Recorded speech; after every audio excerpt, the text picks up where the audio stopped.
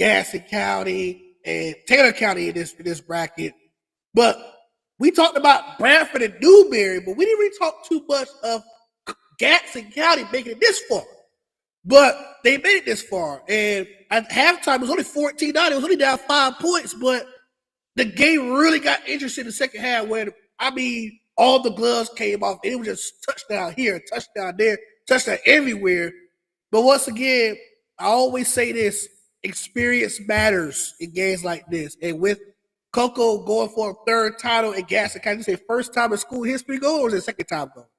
Yeah, it was first time. So being an inexperienced team in a game with this magnitude against the teams going for their third straight title, experience does matter. And unfortunately, the experience was the difference in this 11-point win. I do think if Gaston kind of can keep the philosophy they had this year, it's a possibility we can see it back here down the line. I wouldn't be shocked about that. In fact, you brought up the back and forth touchdown. I believe it was 4 different times that Gaston pulled it to within one possession, and Coco scored almost immediately afterwards. So it's kind of like just as soon as Gaston was getting close to be able to do it, Coco just extended the lead even further. Like, that's probably experience. The minute that Coco felt threatened, they put the burners on and put another touchdown to pad the lead. If we are a championship caliber team such as Coco, you can't take nobody lightly. And for one, they expect a very hard-fought game for the Gadsden County Jaguars. You have to give Coco all the credit for coming prepared. Both teams showed their true potential in the second half. But Coco, 3-time state champions, unprecedented in their school history. Look, hopefully we can see 2 3-peat champions this upcoming weekend with Lakeland versus Thomas. But my question to you is this: now that Coco's done 3 straight, with 2A getting tougher and tougher by the year, with Newberry with that surprising season this year, can Coco go for an unprecedented 4-peat next year, Hunter? What you think? I think at least at the very least, I think they're going to be the favorite going into next year. It's hard to bet against a team like Coco. You see them year after year. They are one of the top teams in the entire state. They play a great schedule. They challenge themselves all year. They get into playoffs, and they light a switch on some of these teams. Like the Newberry game, for example, we thought that was going to be a really competitive game, and they just blasted them. Like, it's hard to look at a team like Coco and think anything other than this is a team that's going to be there until someone beats them. Right. Mm-hmm. They're the man. They are the man. And the great words of Ric Flair, or to beat a man, you got to beat the man. So I know. Yes, sir. But let's be honest, it still isn't as impressive as what Chaminade Madonna did in the playoffs this year. Oh, yeah, and speaking of a team going consecutive, they just won their 4th straight title. 4th? Wow. That's impressive. And they beat Clearwater for the second time in 3 years in that title game? Yeah, it was back-to-back years, and I believe that's the third time in 4 years. Yeah, I think at this point, if you're Clearwater such a calf, it's like, what do you have to do to beat the man? Because it's like, who's a wrestling fan of y'all too? You ever watch wrestling for the last 10, 15 years? I'm a wrestling fan. So do you remember the Shawn Michaels Triple H, Shawn Michaels Undertaker rivalry back in WrestleMania 25 and 26? When Shawn Michaels couldn't beat Undertaker, so he fought everywhere in his way to get back at that Undertaker to beat the streak. And he still couldn't beat him. So in order, you know, Madonna, you are Shawn Michaels, and you're the Undertaker, and Clearwater is. I give you every punch, every sweet chin music, every elbow from the top rope, and you still get tombstone at the end of the day. It's like, if you're Shawn Madonna, you expect everything in the arsenal coming out from your opponents. But once again, the streak won't be broken because there's no team out there in 1A that's going to give you the run that you expect. And the Great Warrior Undertaker, 19 men is risen and 19 men is fallen. And right now, Shawn Madonna is the undisputed, reigning, defending 1A champion of the state of Florida, and I do not see them losing anytime soon. Unless Trinity Christian or University Christian or even Clearwater, somebody defeat the Monarchs of Chaminade Madonna. Right now, the Lions. I'm sorry. Yeah, right Lions. now, they're running the rug across 1A football. Well, let's throw it out there, right? Is this the most dominant playoff run in the history of FHSA football? Because they outscored in 5 games, they outscored their opponents 259-19. You know who that? Think about that. That's a plus 240 on the point differential in the playoffs. I'm glad you brought that up because you look at Miami Northwestern's run this year; it's kind of equal. Let's look at Miami Northwestern's. They've been slashing everybody in half too. But they got to close it out too against a very tough Rangers team. So I will throw this in because if you really want to count it, let's look at Chaminade last year and this year combined, and you're talking about 2 of the most dominant playoff runs back-to-back years that we've ever seen. Because last year's Chaminade team was probably better than this one. And they had Jeremiah Smith. Yeah. Hey, look at what he's doing over there at Ohio State as a true freshman. Yeah. Freshman that's a big call out. Big call out. Big. Is the quarterback from last year? Can you imagine if he would have went to Florida with DJ though? Oh man. I would say either him or Ryan Williams at Florida right now. But we got VB3 coming out next year, so I'm excited to see what he brings along with Eugene Wilson III. I can't wait to see those 2 play together next year. Right. It's weird that how the heck did Miami, Florida State, and Florida all let Jeremiah Smith lead the state? Like, how do you let that guy out of your home state? It's called Brian Hartline in the bag.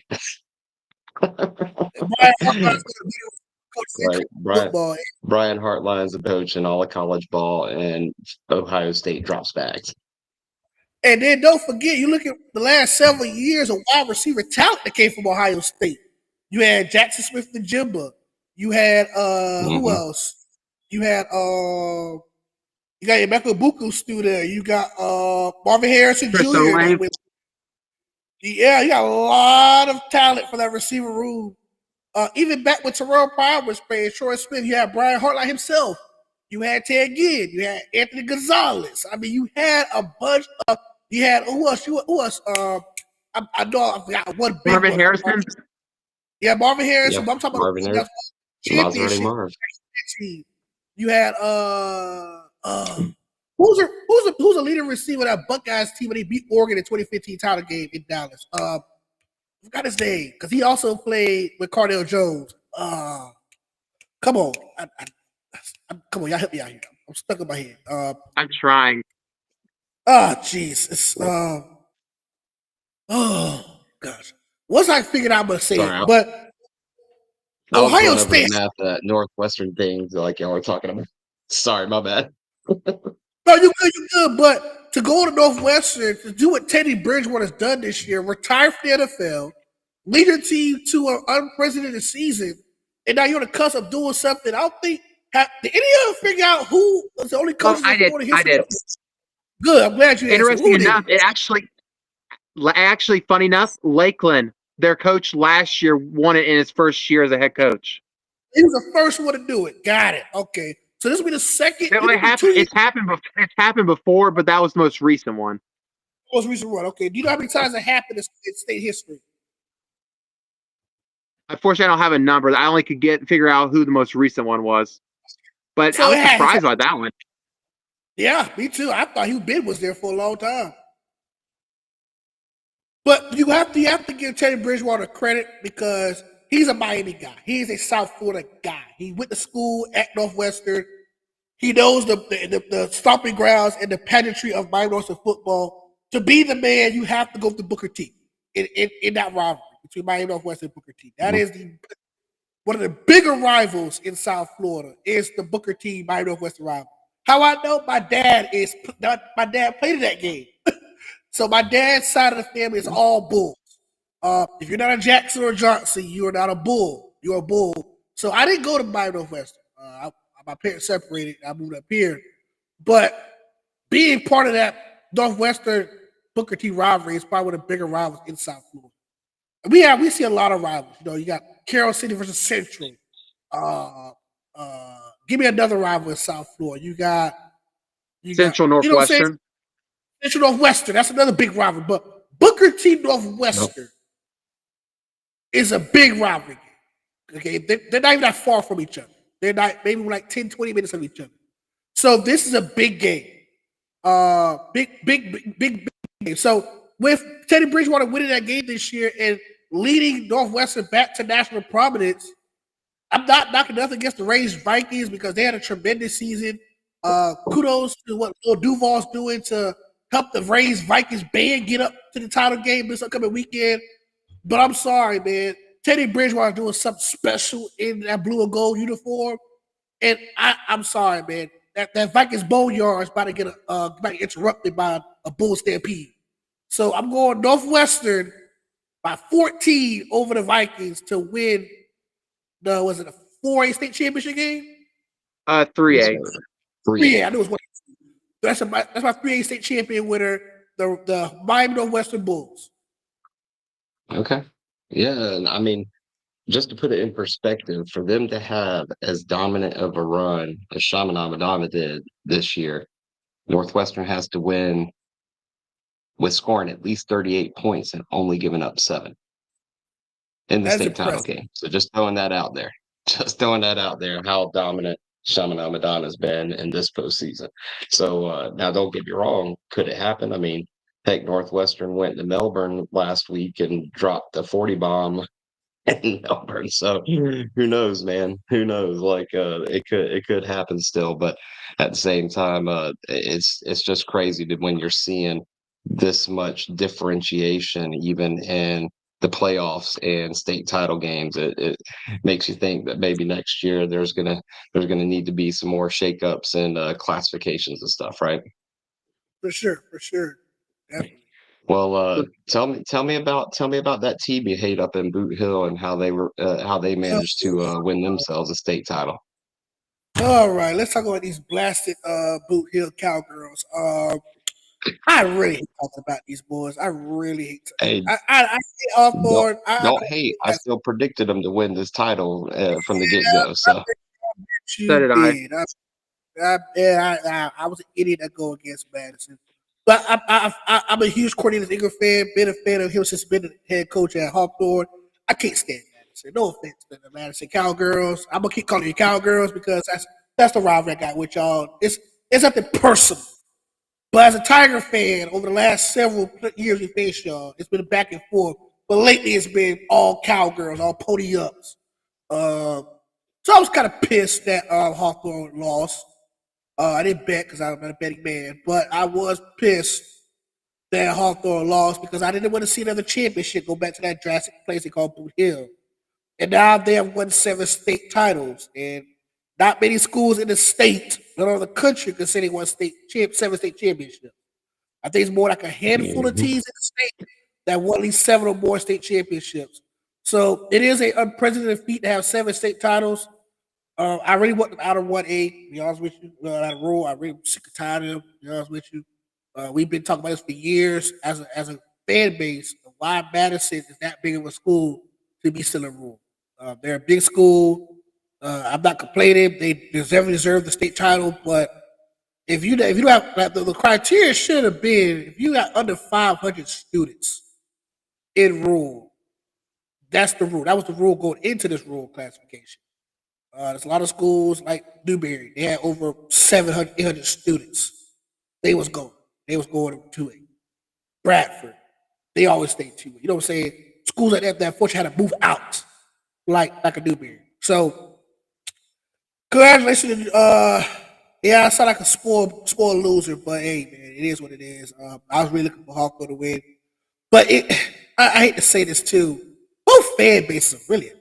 I'm sorry. I hate to say this, bro.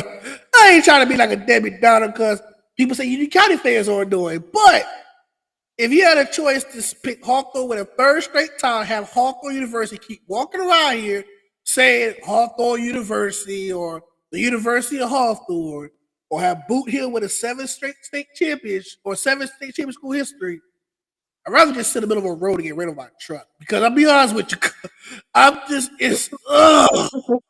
these are two of our main rivals in our classification. It's like I can't.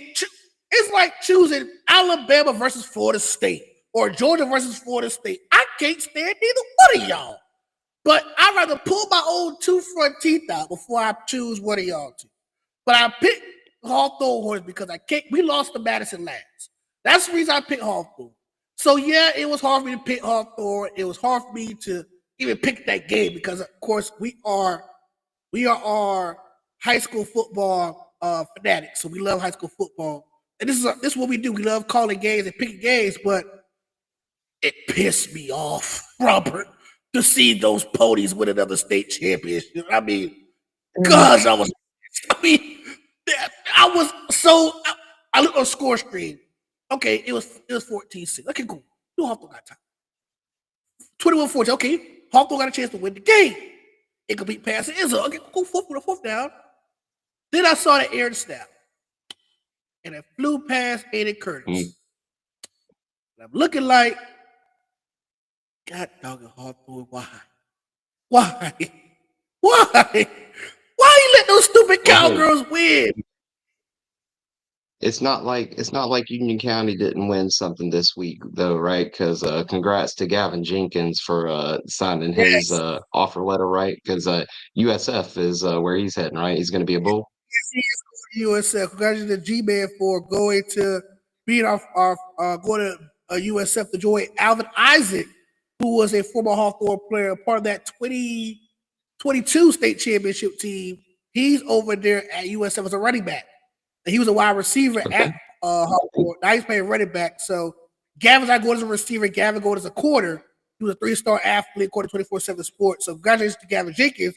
Also, congratulations to Jarquez Carter of Newberry for signing his NIL deal to go to Ohio State. Is that correct? Yeah, he signed his letter of intent as well. So he's heading to the shoe.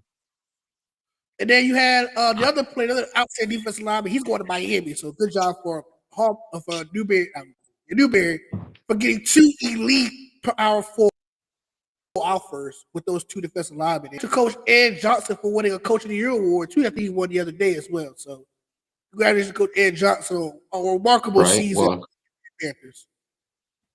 another rural shout out. Mike Goodall in Chiefland actually is becoming a cadet. He's going to Army to play in West Point. So congrats to that young man. That's a heck of a step up, because not only is he getting to go play college ball, but then he's gonna serve his country afterwards. So congrats, sir. Right. Hey, make it back home safe. That's all we all care about. Make it back home safe.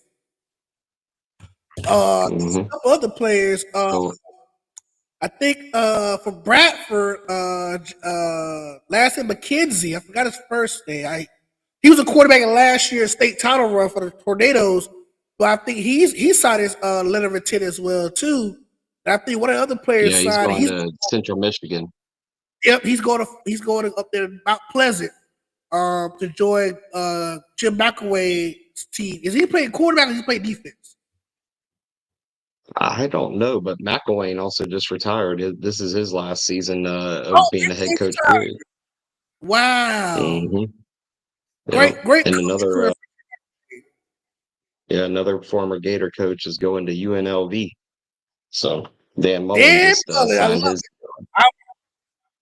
Not nearly as big as the Belichick news, but. I'm gonna be a Rebels fan this year. I'm gonna be a UNLV fan because I'm a huge fan of Dan Mullen, what he's done in his coaching career. Not only at Florida, but what he's done as an impactful coach at Mississippi State to turn that program. So he's gonna have a great career at UNLV to get his guys in and make the Mountain West fun again.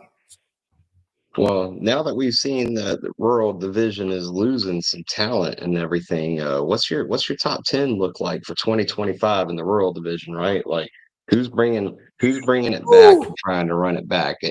Really, I mean, do I hate to say Well, it, is Madison the number one going into next season still? I've done my homework, and unfortunately, I'm glad we had this conversation. Me and Hunter had this conversation yesterday about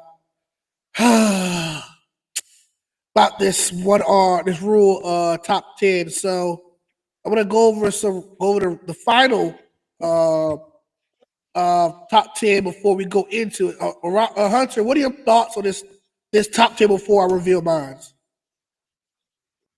You mean like my top What? 10? Yeah, what are your top 10? We'll compare our top 10s.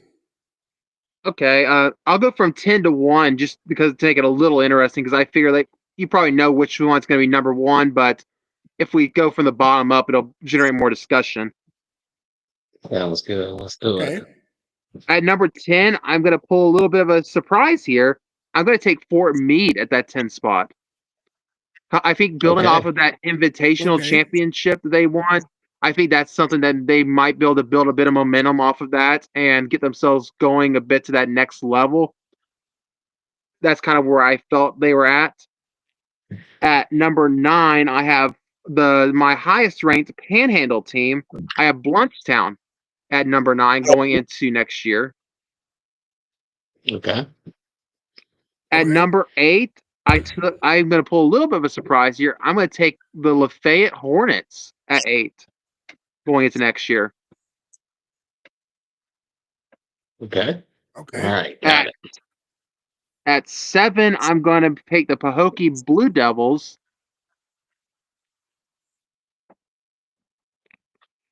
At Okay, Blue Devils. 6, Okay. I'm going to be taking. At 6, I got Fort White. I feel like they finished the year pretty strong, even with some injuries. I think if they go into next year healthy, they got a real shot to be competitive in 1R. Okay. At 5, I got Chiefland at the 5 spot. Chiefland at the 5 spot. Okay. And as we get to the next stage, I will say this: 2, 3, and 4, all these are pretty interchangeable. Like the gap between them was very slim. I just went with my gut on this. I would not be shocked to see any of these teams change spots between now and the start of August. Okay. At number 4, I got Union County. Okay. I have some concerns with what they're losing, and just in general, I feel like I need to see a little bit more like where they're going to stand at August before I could feel comfortable putting them higher. But I think they're not that far apart from the teams ahead of them. At number 3, I got the Williston. I got Williston here at 3. I feel pretty confident with what they got coming back for next year. Obviously, a really good coach there in Robbie Pruitt. I feel like they're going to just keep growing and they're going to keep closing in on those top 2 spots. And at number 2, I got Hawthorne at the 2 spot. I obviously we were talking about this yesterday about the fact that they lose a lot of talent. I think they have enough to stay as a contender. I just don't know if I'm confident to put them over the top spot. But at number 1, it's Madison. They are going to be going into defending state champs. It's hard to go against them at that 1 spot.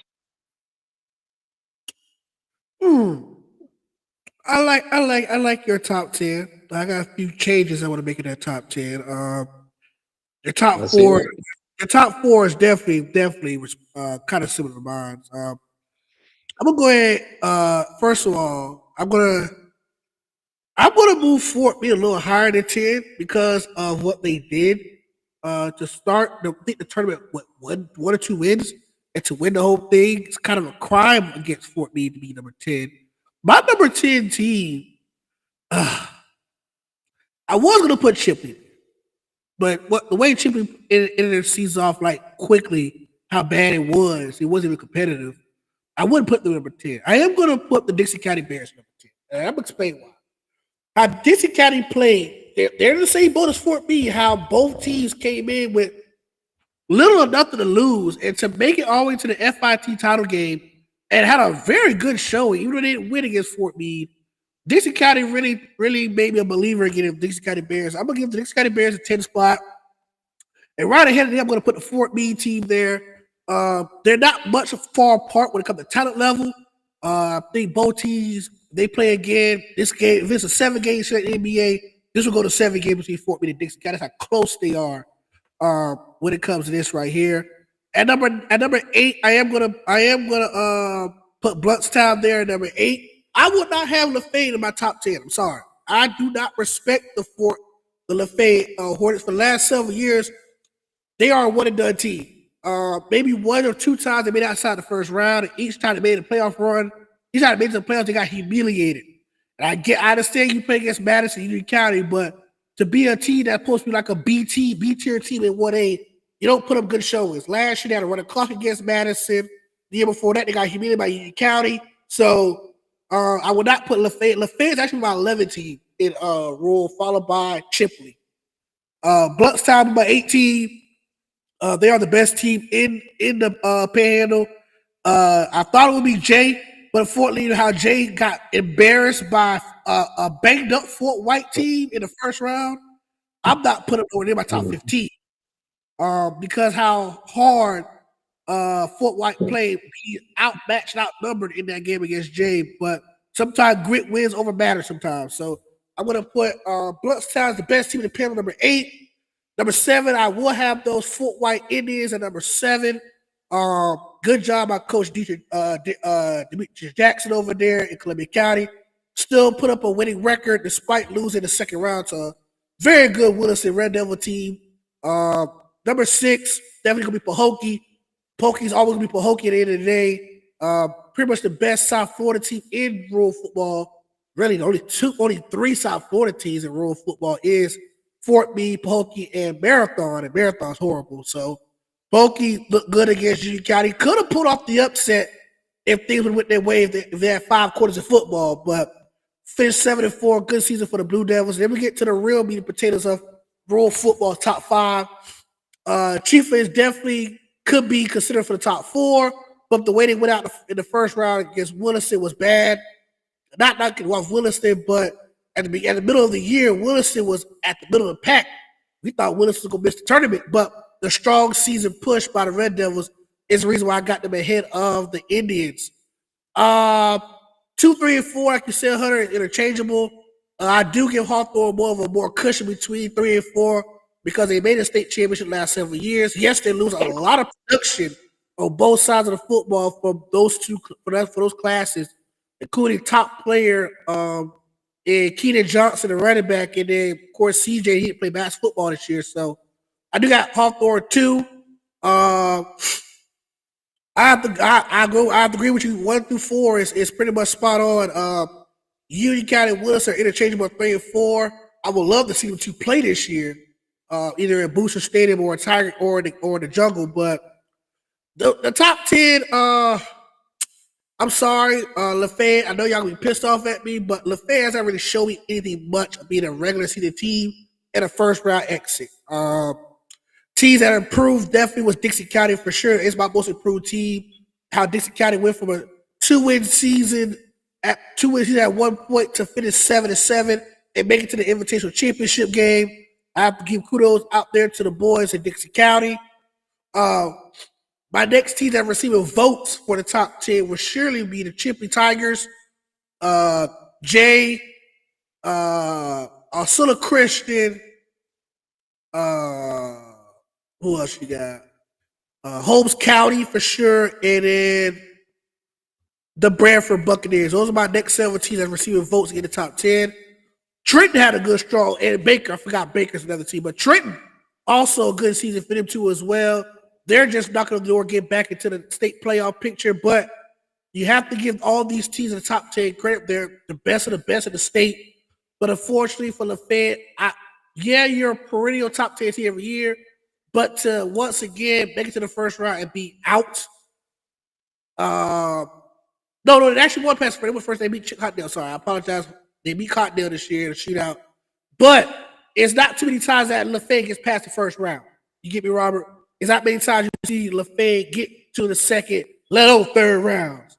So those are my top 10 teams. I think they're not going to change it probably till August and see what a new schedule looks like. But I think the top 4 teams will be back in the picture again as well in late December, as it was this year. I know we lost you for a second. I got you back in there. You good? Yeah, I'm good.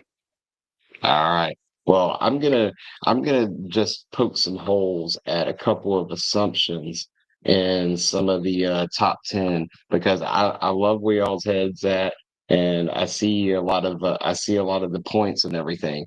And the thing that is we've talked about with rural football is tough, hard-nosed football. Right. Correct. And the thing that I see in a lot of the roster composition and those top 5 teams in rural football is the returning linemen that are going to be coming back to these programs. The 2 programs in the top 5 that have the most back are Madison and Williston, right? Teams that like to pound the ball, teams that uh, have some uh, real good offensive line talent. If you look at Williston, they've got a kid who's a sophomore named Jackson Ridgway, who's 6'2", 300 pounds, and can move. Right. Like now he's a sophomore, so I mean he's obviously got a lot of skills to develop and stuff still. But you might see him really start to stand out over the course of the next 2 seasons. Because remember, they also pushed around Jacques Carter whenever they played Newberry in that second half and everything. So there's some young line talent that may attract a little bit more of that skill talent to come back over there to Williston and stuff too. So how's the line talent looking at Union County though, Charles? Because I hadn't got to see them in person this year. And what's I'm glad their return in line look like? Here we go. I'm looking at the roster right now. We got a lot of seniors on the team. Period. And we get to our first lineman. Let me scroll down here. First lineman. That's a lineman. Okay, so we do got an offensive lineman, but he's real. He was a backup this year. Another. Let's see, find some of these real offensive linemen. So yeah, we got a couple. Our guards. He was a senior. A long snapper. He was guarding long snapper. Our starting defense lineman, offensive line. He's a senior. We do got a sophomore coming back, which is critical for us. We had our center. He was a sophomore. Backup center, 5'11". I don't know how much he weighed. It'll say on here. We do got another sophomore come back. He's coming. He didn't start, but he did get some meaningful. Edward Durant. So far, that's 3 of them. 3 sophomores coming back. Definitely need to gain a little weight. 5'9", 215. That's not really not the most ferocious thing. We do got a fresh offensive lineman on the varsity roster. We're losing Reese Hendricks for graduation. That's 4 seniors I've seen so far. So we're losing quite a bit of seniors. I don't know what JV's bringing up, but right now we're kind of thin when it comes to like beefcakeness. But with Coach Thomas, I love about Coach Thomas. Coach Thomas is going to make sure the guys are conditioned and well trained going into spring practice and spring ball. So we have the strongest offensive lineman. We're going to make sure our guys will be strong enough and conditioned enough to handle the gruesome of rural football. Right. Well, and that's just one of the things I wanted to point out that I feel like a good predictor of rural football success can be seen in the trenches. And so right now, I think that your 2 top returning offensive and defensive line units in rural football are in Boot Hill and they're in Williston at Booster Stadium. Right. I mean, really, when you look at the roster and you look at the people who are competing on the lines for both teams, like Madison's returning a bunch of production, Williston's returning 4 of their starting offensive linemen, and they're also returning the sophomore who led the team in sack.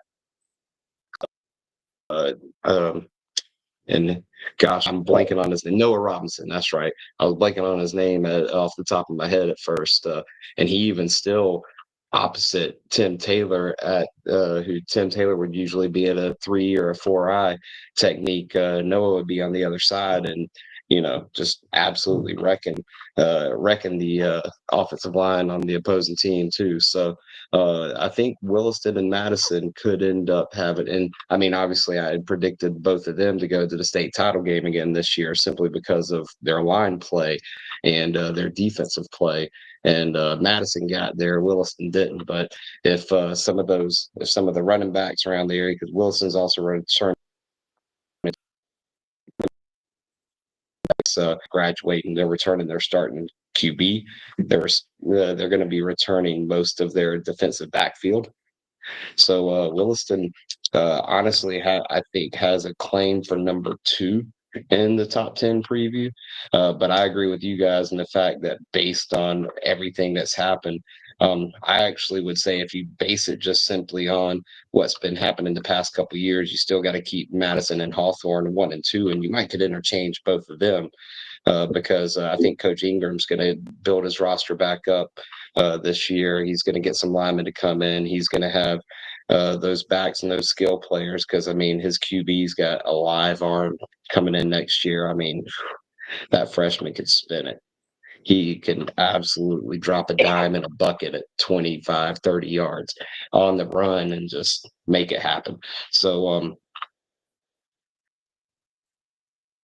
argue then that you would Williston and Chiefland around the 3, 4, 5. But if you had to give it a nod to recent production, you would say that Chiefland would be the 5, and Union County and Williston could kind of interchange at 3 and 4, like Hawthorne and Madison could interchange at 1 and 2.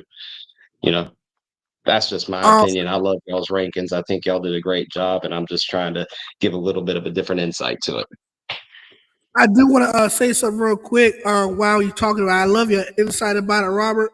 But I am watching the state championship game between St. Thomas and Lakeland, and it's not looking good for the Dreadnoughts right now. It's 17-0 right now. St. Thomas right now. What? They just scored. Wow. Wow. That's game going right now with 8:58 left in the second. It's all St. Thomas right now currently. So to give you a quick update on that St. Thomas Lakeland. Well, we've covered all of the stuff we had on our agenda tonight. Actually, no, we didn't. We had the other state title games. I thought we talked about those a little bit. Which one did we not hit? We talked about Northwestern, right? Well, actually, on Northwestern, Charles was the only one that made a pick on the Northwestern game. We didn't make a pick, and then we saw the other three games. That's right. You're right. My bad. I remembered the Northwestern, and it dominated my thought process there.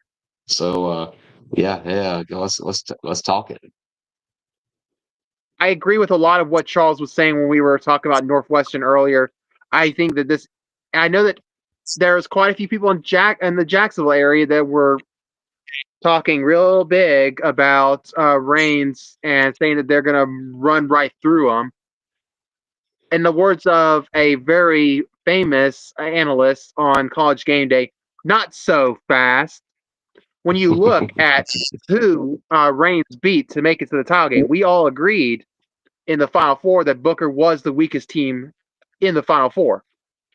When you look at the fact that they struggled at home to get by Booker, Northwestern went on the road against Uagali and put up 40 sweeping 0 on the Commodores. When you look at this matchup, it's not really, to me, I don't see it as a close matchup. You're talking about a Reigns team that struggled with Booker, but you're talking about a Bulls team that dominated. I don't think that Reigns has faced anyone this season that is even close to the level of the Northwestern Bulls. I got Northwestern here by 20. Yeah, I think the main question is going to be, does Northwestern beat them by at least 31-7 to try to match Chaminade?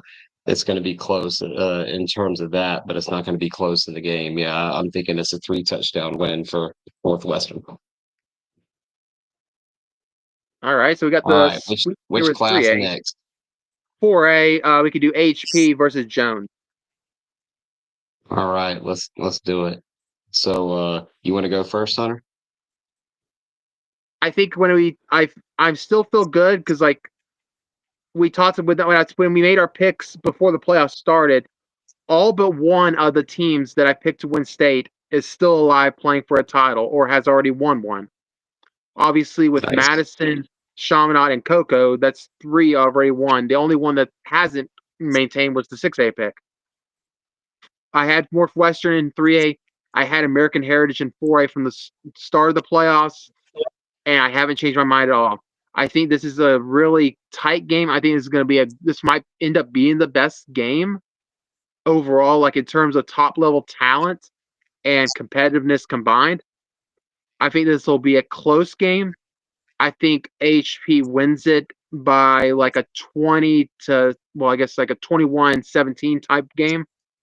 But I think that this is going to be the Patriots pulling home another state title for South Florida. So you got All American Heritage, Steve, Jones. Yeah. I agree. I think VB3 can still have a big game regardless. It lose effort. I got American Heritage winning 21-17. And I'm gonna go with American Heritage as well. That way you can honestly say Chaminade Madonna might have beaten how many state title winners this year? Because that would We'll have have to been look that up before next show. I mean, it's just incredible because that would be basically if American Heritage wins and STA wins, then Chaminade Madonna would have beaten 2 other Florida State champions in the regular season. So give me American Heritage just to see if we can't have it be even a little crazier here, right? All right. Breaking news before we go to the next state championship game. It is not looking good for Lakeland, fellas. Lakeland just threw a pick, and St. Thomas is already inside the 15-yard line. Lakeland. It's not looking good. Wow. I mean, they just have. Okay. There's a lot of football left still. I'm starting to think I should have stuck with my original 5A pick because I had Aquinas before the playoff. Yeah, I think we talked ourselves into the Lakeland, right? Yeah. Yep. But hey, it's all good. It's all good. We'll see we'll keep an eye on that game as we continue the show. But obviously, up to the 6A title game next. West Boca Raton looking to bring home the first large school state title for Palm Beach County since Dwyer in 2013, as they take on Kissimmee Altisola, who is looking for their second state title in school history. And also, West Boca is looking for their first state title in school history. So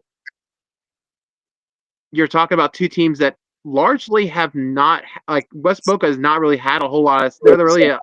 They kind of strike me as like a team that hasn't really had like a lot of success long term. And then you talk about Osola, which has had a lot of heartbreaking title losses to significantly better teams. The question is, do they finally get over the hump here? What do y'all think? Well, I think Osceola is going to get over the hump, and the reason I think that is because of the quality of competition that they've played along the way. Their losses this year are to Jones and Lake Mary, right? And when you look at Jones and Lake Mary, weren't they also Final Four teams in their own respect? Right. In fact, Jones is playing in a Lake state title Mary's game, and Lake Mary was a state semifinalist. Well, and Lake Mary's got Venice in the 7A, right? So I mean, really, they played tough with those 2 teams and everything as well. Let's take a look at who West Boca has played, right? That could even really say that, hey, all right, we're up on that same level of competition, and it doesn't look like they've played anybody that you could really say battle tested them, right? I mean, their closest game was their game against Southridge, 14-11, or a game against Western, where it went to overtime at 28. but Western isn't exactly the team that put a big run into the playoffs or anything either. Quite the same as what the other teams done. I mean, and the Western team lost to STA 23-15, and they lost to American Heritage 51-12. So I would say, you got to go with Osceola Yeah, sure. really pulling this one out, I think. Yeah, if you get thrown around by American Heritage, barely get by St. Thomas, I'm not sure St. Thomas, you're not doing a good job against the teams you're supposed to play against, the tougher teams, especially two teams are playing for a state title this weekend. Give me Osceola. I really want Bills to be in this game to win their state championship, but unfortunately the Bobcats didn't do that last week at home. Give me Osceola. Let's throw a score out there: 30-24. Yeah, I think Yeah, one touchdown game sounds good. I'll take Osceola for the clean sweep here. I obviously like Western. I will say to their credit, Western is a solid win, and Western's probably a lot better than their record shows. But you could still argue that they're at least on par with at. But then you also have a Osceola team that's in the back-to-back games. They've knocked off Armwood and Buchholz, so they've knocked off teams on the road that were considered title contenders from the start of the playoffs to punch your ticket here. It's hard to go against them. And also, they put up quite a bit of points on a really good Buchholz defense. Their problem also had early in the year was they couldn't score points. They started to improve their offense down the stretch, and they finally have a team that can finally get past some of these playoff demons. So I like Osceola here by, I'd say maybe like a 27-24 type game. I like it. I like it. Well, let's talk 7A to finish it out, where we have Venice and Lake Mary. Charles, you want to go first on this one?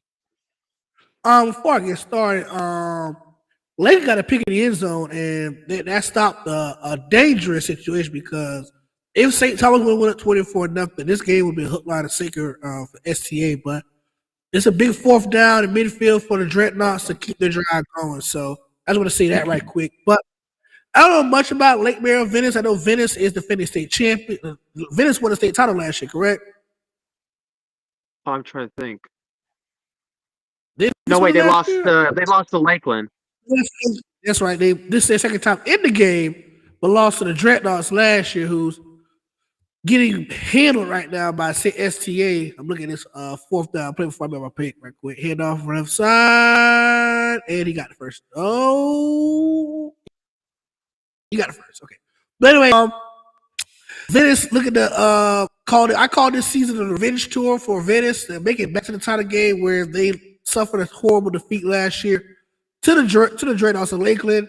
I think Venice is the team of destiny. I always say that quite a bit on this show. I'm gonna go Venice to redeem their loss last year to Lakeland. They'll win the state title 24-14. I'll definitely want to jump in on this one to actually add into that. They've actually lost to Lakeland the last 2 years in the title game. Which is also why I wouldn't count Lakeland out just yet. But I will also add into this. They could end up under that.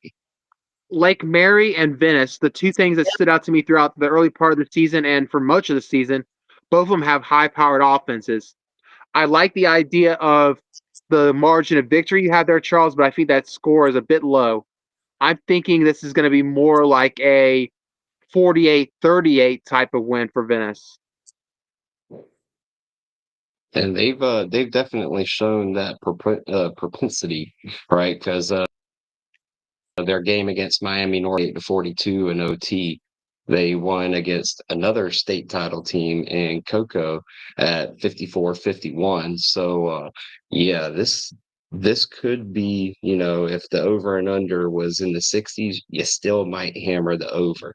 but Venice is going to be too good. I think when you're looking at a team that could possibly have multiple victories this season against other state title contenders, or in the case of Coco, a state title winner, right? And their only loss on the schedule being the IMG Academy.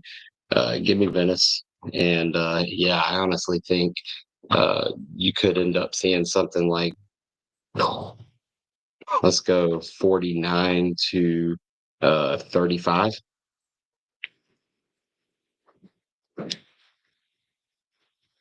All right.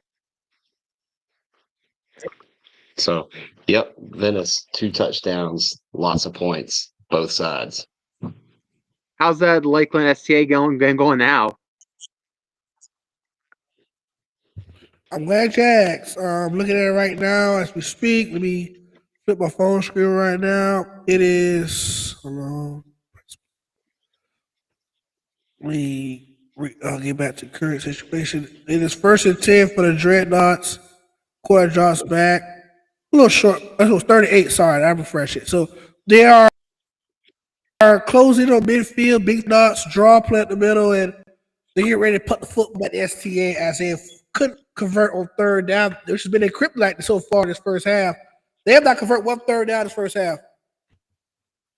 That has been their fault. So first half, they convert on 4th downs, but they have not converted on 3rd down. They're going for their 2nd straight 4th down play here.